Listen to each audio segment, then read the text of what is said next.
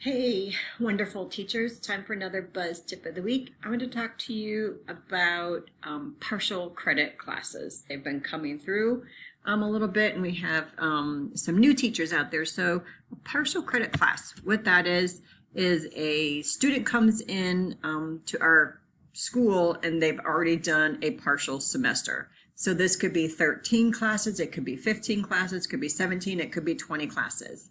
It just depends on how far along they got.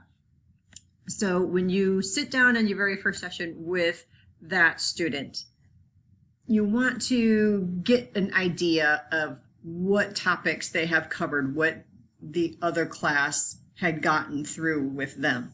So you want to go through the student abilities and you want to check on these to see what was covered and what the student has mastered. And when you do that, you can create a new folder. So let's see, I will close this one. So you would create a new folder and you can just stick it here at the bottom. Add activity, create folder. And then you would just title it something like covered in previous class, right? So Buzz is still going to have all 25 sessions listed in here. So what you want to do is if the class is only 15 sessions, you're going to want to move sessions 16 through 25 down into this covered in previous class.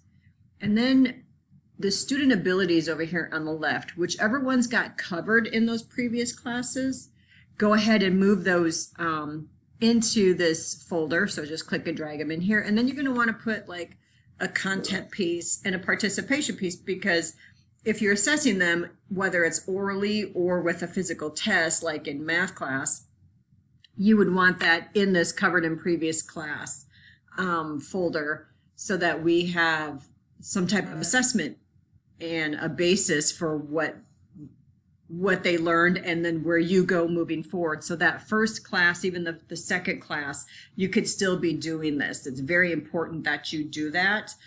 If you realize that they have a lot of content missing and that you're not going to be able to cover all the material in those sessions, let Kirsten know, and you may have to assign mastery learning sessions right away with that. So make sure everything is assessed in those first two classes with the student. And then you'll notice when you go to Genius, when you have a partial credit course, you're only going to have the 15, 17, 20, 13, however many sessions it has been enrolled for. So you want to double check this.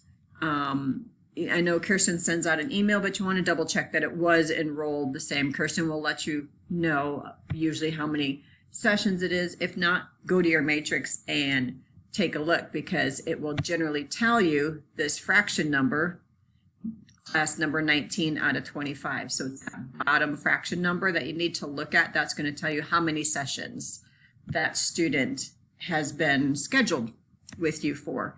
So very important. And then for the rest of the charting, you just do like you normal, a content piece, some type of assessment piece, so that you have a way to mark all the student abilities as being covered, with a non-gradable and a gradable. So again, make sure you have a content and a gradable piece in this folder, so when you drag the student abilities over into here, they are covered with the non-gradable and the gradable as well. So, and you still want to set up your grade book like you would a normal class as well.